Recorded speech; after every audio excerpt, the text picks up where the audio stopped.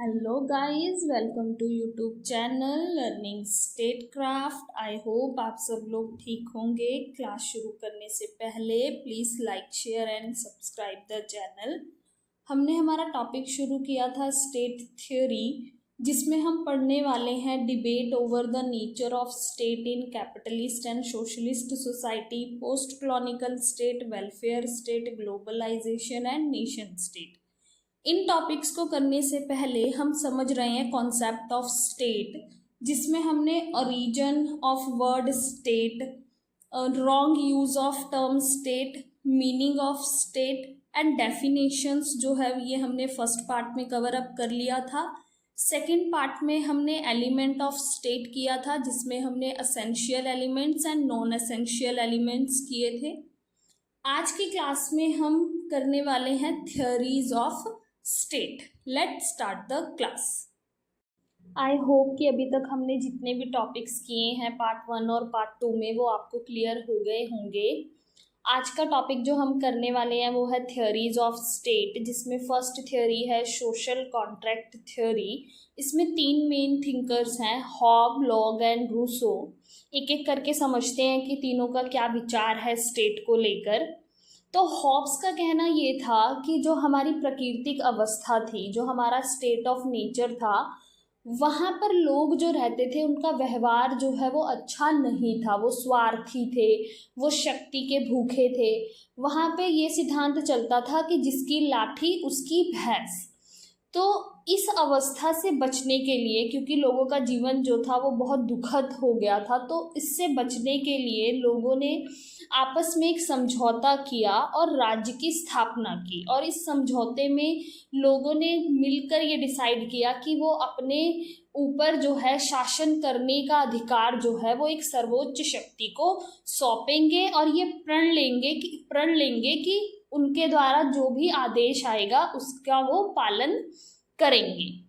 वहीं पे लॉक का कहना था कि जो नेचर ऑफ स्टेट थी, वहाँ पर जो लोग रह रहे थे उनका जीवन जो है वो बहुत सुखद था, वहाँ पे शांति थी, लोग जो थे वो खुश थे। लेकिन समय के साथ जो प्राकृतिक अवस्था थी उसमें कठिनाइयाँ पैदा होनी शुरू हो गई थी, और उसका कारण ये था कि प्राकृतिक अवस्था में कोई ऐसी संस्था नहीं थी जो प्राकृतिक नियमों को बता सके, उसको निष्पक्ष रूप से उसकी व्याख्या कर सके। तो एक एजेंसी की कमी थी, और उस एजेंसी की कमी को पूरा करने के लिए लोगों ने आपस में एक कॉन्ट्रैक्ट किया, जिसे सोशल कॉन्ट्रैक्ट कहा गया, और इस तरीके से वहाँ पे राज्य की स्थापना जो है वो की गई।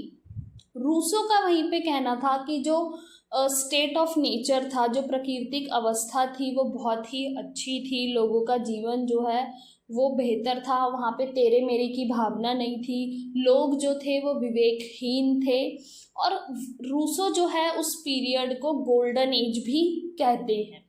लेकिन वो कहते हैं कि समय के साथ जब लोगों के बीच में संपत्ति का अधिकार आया, उनके अंदर तेरे मेरे की भावना पैदा हुई, तो उनके बीच में लड़ाइयाँ होनी जो है वो शुरू हो गई, तो वहाँ पर असमानता आने लगी। तो इस अवस्था से बचने के लिए लोगों ने जो है आपस में एक समझौता किया। यहाँ पर रूसो जो है वो सामूहिक इच्छा की बात करते हैं, एक जर्नल विल की बात करते हैं, जिसके तहत लोगों ने जो है राज्य की स्थापना की है।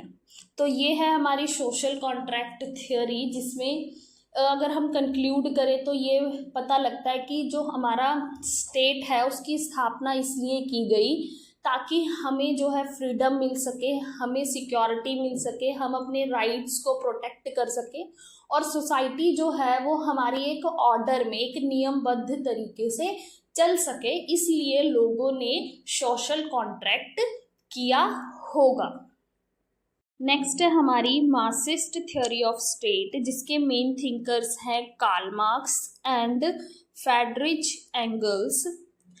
इनका मेन कॉन्सेप्ट जो है स्टेट का, मार्क्सिस्ट का, ये कहता है कि जो स्टेट है ना वो एक ऐसा टूल है, एक ऐसा औजार है जो रूलिंग क्लास के पास है, ताकि वो वर्किंग क्लास के ऊपर अपना कंट्रोल जो है वो बनाए रख सकें। यहाँ पे कार्ल मार्क्स बात करते हैं बुर्जुआजीज और प्रोलेटेरिएट्स की। उनका कहना ये है कि जो स्टेट है ना वो सिर्फ बुर्जुआजीज के राइट्स को प्रोटेक्ट करता है, उनको पावरफुल बनाता है, और वो अपनी उस पावर का गलत यूज करके जो वर्किंग क्लास है, जो प्रोलेटेरिएट्स हैं, उनका शोषण करते हैं। तो स्टेट को वो अच्छा नहीं मानते हैं। कार्ल मार्क्स कहते हैं कि जो स्टेट है ना, अगर हम सोशलिस्ट सोसाइटी की बात करें तो वहाँ पर स्टेट जो है वो वर्किंग क्लास के राइट्स को प्रोटेक्ट करती है, और इसीलिए कार्ल मार्क्स जो है वो क्लासलेस सोसाइटी की बात करते हैं। वो क्लासलेस सोसाइटी, स्टेटलेस सोसाइटी की बात करते हैं। वो कहते हैं कि जब हमारी सोसाइटी जो है वो स्टेटलेस हो जाएगी तो उनके बीच में एक कलेक्टिव ओनरशिप जो है वो आ जाएगी, वहाँ पर इक्वालिटी जो है वो आ जाएगी। इसलिए हमारी सोसाइटी जो है वो स्टेटलेस और क्लासलेस होनी चाहिए। तो ये कहना है मार्क्सिस्ट थ्योरी ऑफ स्टेट का। नेक्स्ट है प्लूरलिस्ट थ्योरी। प्लूरलिस्ट थ्योरी के अनुसार ये है कि जो हमारा राज्य है ना वो अकेला एक शक्ति का केंद्र नहीं है, या वो अकेला राज्य जो है वो एक सर्वोच्च सत्ता नहीं होती है, बल्कि वो अलग अलग समूहों और संस्थाओं के बीच में शक्ति संतुलन का काम करती है। उनके बीच में जो है शक्तियों का वितरण करती है, बंटवारा करती है। ये सिद्धांत ये मानता है कि जो हमारा राज्य है उसके बीच में विभिन्न संस्थाएं और संगठन आते हैं, जो कि सामाजिक हो सकते हैं, आर्थिक हो सकते हैं, राजनीतिक हो सकते हैं, और ये सभी समूह जो हैं, ये संस्थाएं जो हैं वो मिलकर राज्य की जो भी नीतियां होती हैं, जो भी निर्णय होते हैं, उनको प्रभावित भी करते हैं। तो राज्य की जो स्थापना है वो इसलिए की गई है ताकि वो इन विभिन्न संस्थाओं के बीच में एक संतुलन जो है वो स्थापित कर सके। और जो हमारी प्लूरलिस्ट थ्योरी है ये कहीं ना कहीं लोकतंत्र जो है उसको बढ़ावा देती है। ये एक ओपन कंपटीशन की बात करती है। तो ये कहना है प्लूरलिस्ट थ्योरी का। नेक्स्ट है एलिटिस्ट थ्योरी। इस थ्योरी के अकॉर्डिंग जो स्टेट है वहाँ पे जो सत्ता या जो शक्ति है उसका केंद्र जो है वो कुछ चुनिंदा लोग ही होते हैं।